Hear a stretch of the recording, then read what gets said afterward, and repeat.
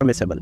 دیکھیں اسلام میں ٹک talk use کرنا، انسٹاگرام یوز کرنا، اسلام کا ورڈ نہ یوز کریں. ادھر کنسیڈر کریں کہ آپ ایک انسان ہیں، آپ ایک انسان ہیں، ٹھیک ہے. تو آپ کو اللہ نے پیدا کیا اور اللہ نے پھر آپ کو ایک کتاب دی، ہدی للناس، آپ کی ہدایت کے لیے، گائیڈنس کہ آپ نے زندگی کیسے گزارنی ہے. اب اللہ نے آپ کو پیدا کیا، آپ اللہ کے سرونٹ ہو، تو آپ نے وہی کرنا ہے جو کہ اللہ نے کہا ہے. اللہ نے کیا آپ کو کہا ہے؟ اللہ نے وہی کہا ہے جو آپ کے لیے بہتر ہے. ہمیشہ یاد رکھیے گا جو حرام چیزیں ہیں، ایک پہلی بات تو یہ ہے کہ حرام چیزیں بہت کم ہیں، بہت ہی کم ہیں. حرام چیزیں چند ہیں، حلال بہت زیادہ ہیں. اب ہم نے انہیں حرام کیسے بنا دیا ہے؟ حرام اور حلال کا کانسیپٹ یہ ہے کہ حرام چیزیں جن سے اللہ نے منع کیا ہے وہ ہمارے لیے ہی نقصان دہ ہیں. فار ایگزامپل سب سے بڑی مثال لے لیں میوزک سب سے بڑی مثال ہے جس کو حرام کہا جاتا ہے اور جو سب سے کامن ہے. اگر آپ اس پہ ریسرچ کرو اور اسٹڈی کرو تو یہ آپ کے آئی کیو لیول کو ڈسٹرائے کرتی ہے، آپ کو ایک امیجنری ورلڈ میں لے جاتی ہے جس سے آپ کا آئی کیو جو ہے وہ بہت لو ہو جاتا ہے. آپ کو جو لانگ ٹرم میموری ہے وہ ڈسٹرائے ہو جاتی ہے، اور آپ اپنی جو روزمرہ کی زندگی ہے، جو ڈیلی لائف ہے، ڈیلی روٹین ہے، اس میں سے جو آپ کی، جس کو کہتے ہیں نا کہ آپ اس میں کانسٹنٹ نہیں رہ سکتے، آپ کی جو کانسنٹریشن ہے وہ لوز ہوتی ہے. یہ سائنس پروف کرتا ہے. ایسے ہی آپ کے پاس جو ہے الکوہل ہے، الکوہل اللہ نے حرام کی ہے. اب آپ الکوہل پہ سائنٹیفک ریسرچ کریں. الکوہل جو ہے اس کے فائدے چند ہیں، 1 سے 2، لیکن سائنٹسٹ کہتے ہیں اس کے نقصانات زیادہ ہیں. میجورٹی اس کے نقصانات ہیں، کم اس کے فائدے ہیں. تو اب اللہ نے اس کو بھی حرام کر دیا. تو جو چیزیں بھی اللہ نے حرام کی ہیں ہماری بہتری کے لیے کی ہیں.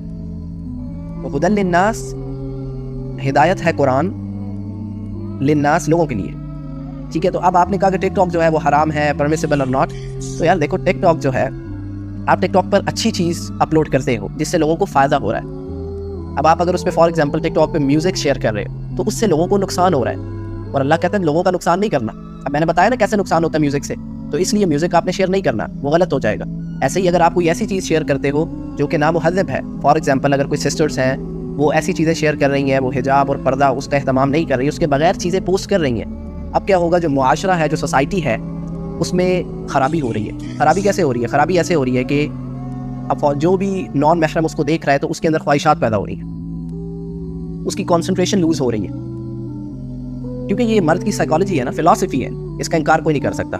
تو اس لیے یہ کہا جاتا ہے کہ جو آپ نے، اگر آپ ٹک ٹاک ہے، انسٹاگرام ہے، سوشل میڈیا ہے، تو آپ جو ہے جو چیز پوسٹ کرو وہ انفارمیٹیو ہو، پروڈکٹیو ہو، اس میں کوئی رول نہ توڑا جا رہا ہو، کسی دوسرے کو نقصان نہ ہو. کسی دوسرے کو تو نقصان ہے، آپ کو بھی نقصان ہے.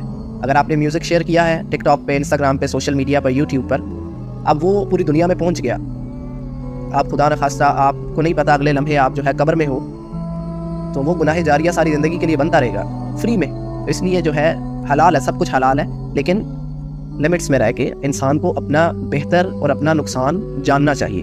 اللہ نے، دیکھو اللہ بہت ہی سمپل کانسیپٹ ہے عمیر بھائی، بہت ہی سمپل کانسیپٹ ہے. یہ کوسچن جو آیا ہے حلال اور حرام کا، بہت ہی سمپل کانسیپٹ میں یہ سمجھتا ہوں کہ اللہ جس کے پاس اتنا علم ہے، دنیا کا سارا علم ہی اللہ کے پاس ہے، کیونکہ ان سب کو تخلیق کرنے والا ہی اللہ ہے. تو اللہ کیسے کوئی چیز سے منع کر سکتا ہے جو انسان کے لیے جو ہے وہ فائدہ مند نہ ہو؟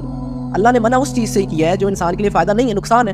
یہ بات ہمیں سمجھ ہی نہیں آتی. ایک طرف ہم یہ دعویٰ کر رہے ہیں کہ اللہ جو ہے وہ رب ہے، ساری چیزوں کو بنانے والا اللہ ہے، اللہ جیسی تخلیق کوئی نہیں کر سکتا، اللہ پرفیکٹ ہے، اللہ الصمد لم یلد ولم یولد. یہ دعویٰ ہم کرتے ہیں، مانتے ہیں. اور پھر جب اسی اللہ نے ایک چیز انسان کے لیے منع فرمائی ہے تو ظاہری بات ہے اس میں نقصان ہے. اگر آپ کو یقین نہیں ہے، آپ سائنٹیفک ریسرچ کر کے دیکھ لو. اللہ پہ اگر آپ کو نہیں یقین تو آپ سائنس کے ساتھ چلے جاؤ، سائنس میں جا کے دیکھ لو کیا اس کا نقصان ہے یا نہیں ہے. تو اس لیے اللہ نے فائدہ اور نقصان جو رکھا ہے اس میں ہمارا اپنا ہی فائدہ ہے، کسی دوسرے کا فائدہ نہیں ہے، انسانوں کا ہی فائدہ ہے. تو اس لیے جو بھی چیز آپ کر رہے ہیں اس میں دیکھیں کہ اللہ نے جس چیز سے منع کیا ہے. یہ اسپیشلی جو میں نے بات کی ہے نا، یہ جو لبرلز ہیں نا، یہ جو بہت ہی زیادہ ذہین لوگ ہیں، بہت ہی ایجوکیٹڈ لوگ ہیں، جو کہ اسلام کو یا اللہ کو کم تر سمجھتے ہیں، نعوذ باللہ، یہ ان کے لیے بہت بڑی بات کی ہے میں نے کہ اللہ کو ایک جگہ تم یہ مانتے ہو. کافر بھی کہتا ہے کہ اللہ جیسا کوئی نہیں ہے. کافر نے آج تک میرے جیسا انسان کیوں نہیں بنا پایا؟ جتنی مرضی ترقی کر لے کافر جو ہے، وہ میرا ایک ہاتھ نہیں بنا پایا، ایک آنکھ نہیں بنا پایا، انسان جیسا کچھ نہیں بنا پایا، ایک کیڑا مکوڑا نہیں بنا پایا، قرآن کی ایک آیت نہیں لے کے آ پایا. اللہ نے کہا نا جنوں انسانوں جاؤ ایک آیت بھی قرآن کی لے آؤ، ایسی بنا کے جیسے قرآن ہے، نہیں لے کے آ پائے. پھر جو ہے وہ ان کو یہ چیز بھی ایکسیپٹ کرنی چاہیے کہ اللہ جو ہے جو اتنا پرفیکٹ ہے وہ کسی ایسی چیز سے منع کیوں کر رہا ہے؟ کیونکہ وہ انسان کے لیے نقصان دے. اور میں آپ کو سب سے بڑی مثال دیتا ہوں. سب سے بڑی مثال یہ آپ نے ٹک ٹاک والا سوال کیا ہے، سوشل میڈیا والا، اس میں جو سب سے بڑا مسئلہ جو ہے یہ boy friend girl friend culture جو اسی سے جنم لیتا ہے، جیسے کہہ لیں میوزک، بے حیائی اور امورالٹی، اسی سے یہ پیدا ہوتا ہے.